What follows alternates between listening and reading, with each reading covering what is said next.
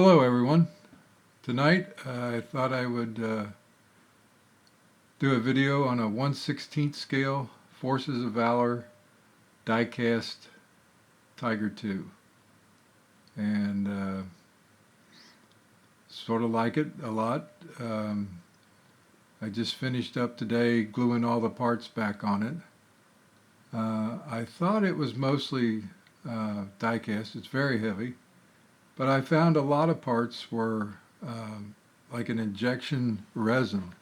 This is a rear mud flap, and it over the years I guess it's gotten brittle or something, and I picked it up and went to put it back on the tank, and it just sort of crumbled in my hands. And I thought, well, that's not plastic. So I got to looking at it. Like I said, it's resin, and a lot of the pieces on that are resin. The back hatch, the loader hatch on the back, and the trunnions for it to go up and down on are all looks like an injection or a force molded resin. The road wheels are that way. The treads are metal, and all the skirting on it and the mud guards in the front and the rear are seems to me awfully light, so it might be the injection molded or force molded resin. The interior is all there, and so are all the supplied 88 millimeter rounds. And I thought, while I was thinking about what to do with it, I found a guy on eBay who had a bunch of the trumpeter 1/16 scale 88 millimeter rounds in plastic. So I bought those thinking that those would be a nice swap out. Well, as you can tell by the painted round there, which is the die-cast one, the 88 millimeter round itself, or the warhead, is way too small. So it comes to find out that you can't take the nice plastic rounds and use them inside the tank. If you did, you'd probably have to leave out half the rounds and then alter all the mounting brackets, because where the round goes through is too small to hold the scale ones. So if I build some kind of a diorama and have maybe a couple figures and the rounds on the outside that are good, it'll still be good and look better and more realistic. But some of the detail on it, like the hinges for the mud flaps in the front and on the rear, are just way too big and heavy. The rest of it looks really nice. The molded on mud and stuff on the skirts are way overdone, and then the I guess what you could call the cast slag on the armor plates is way overdone on it. Too big a detail for 1/16 scale. But all in all, it's a great looking tank. It is a monster, and I wouldn't suggest trying to move it too much on its road wheels with the metal tracks, because I think the road wheels would eventually crack, or something would go wrong with them. Maybe break on the trunnions or something like that. I don't know. So you just have to leave it the way it is. I'll move these rounds.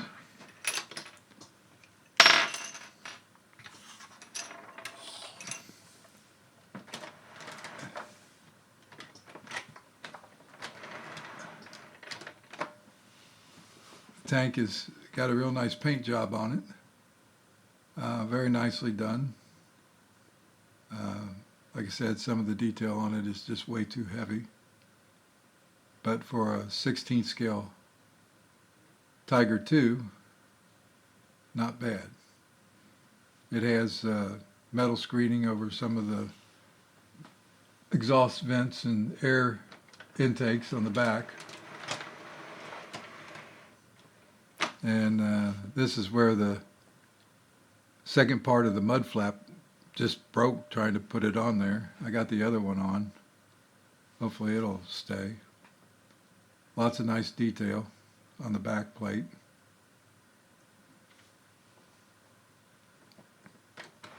This was all broken off, but I was able to fix it, and looks pretty good. Like I said, it's a strange material. It looks good, but it has no durability like an injection molded plastic part.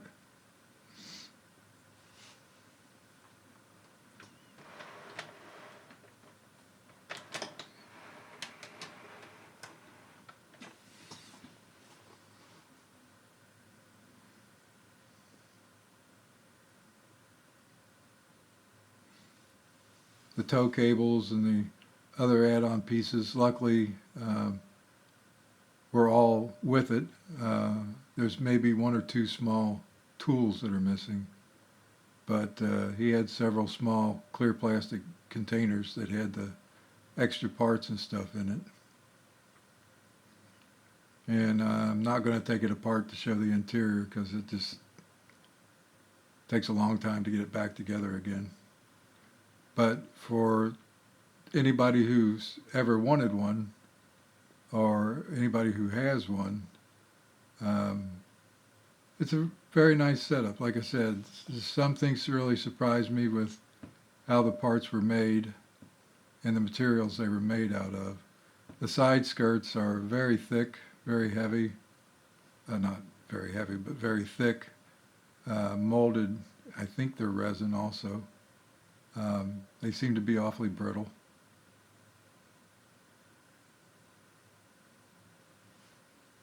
The extra spare track on the sides of the turret are all metal.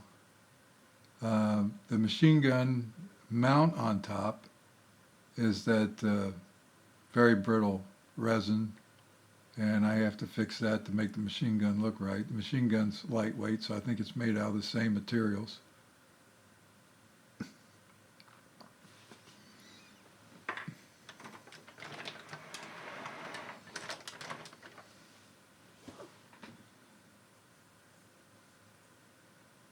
But it is impressive. At one time I thought about getting the Trumpeter 1/16 scale Tiger II, but I didn't do that because I just didn't want to put together 400 or 500 parts. And then the 16 scale Tiger II from Tamiya it was a nice kit, built for running, had the metal pan, and the road wheels and everything were much more sturdy. But I think if, all in all, if I had my druthers, now that I've looked at all the different versions, I would probably get a Hinlong Tiger II and spend the time customizing it and adding, cutting the molded on hatches off, or the grab irons off, and putting new grab irons on, and updating some of the other pieces on it, and have I would think, a much better looking tank for a lot less money.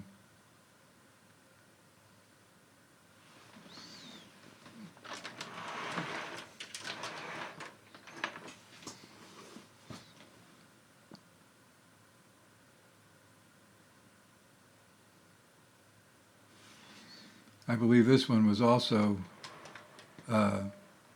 shipped in a metal crate from the manufacturers. I mean, a wooden crate from the manufacturers. And I believe it had, I think this one, where the Tiger one had no figures, I think this one may have had a figure or two, because I think Forces of Valor offered 4 figures, 2 tank crew and 2 soldiers. I think they were German paratroopers that went with it. Don't have those. But it was I think it had a portfolio in it describing everything in the time frame that it was in Europe and the production numbers and stuff. I think the Germans probably only made maybe 500 of these things, and they could have put all their time and effort into making more Panthers and made everybody hate it more. But Hitler had his grandiose schemes of making the biggest stuff in the world. And in the end result, it just wasn't enough of them to make any difference. The Panther had a 75 millimeter long barrel gun on it that was overall probably just as deadly as the long barrel 88 when it come to T-34s and Shermans and Pershings. I don't even think that the Joseph Stalin IIs really stood up to that 75 millimeter gun too well. I think there was effective range of 2,000 yards on any tank there was. But of course the 88 probably had 3,000, 3,500 yard range on it for any tank. It would definitely been scary to see, but there's just not that many of them for both fronts for a lot of people to see them. The Tiger 1, at least they made almost 2,000 of them. I think they made 1,800 in some of the Tiger 1s. And then with the Panther, they made, I believe, a little over 6,000.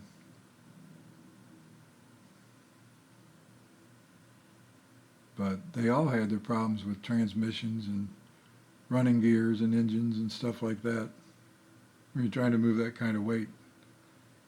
In that day's technology, you know, an M1A1 Abrams has like a 1,500 horsepower engine in it, I believe, and these things I think had 700 horsepower.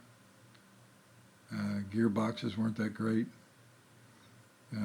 Probably for every 100 miles they moved, they probably had to work on them a week between movements, from what I can read in some of the Tiger books.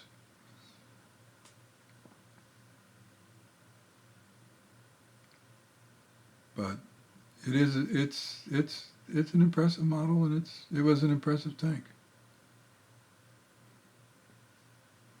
I thought I'd put this one out today to see if you all enjoy it. Hope you do. If you get a chance and you like what you see, please hit the like button. And have a good evening and enjoy. And talk to you another night. Have a good one now. Bye.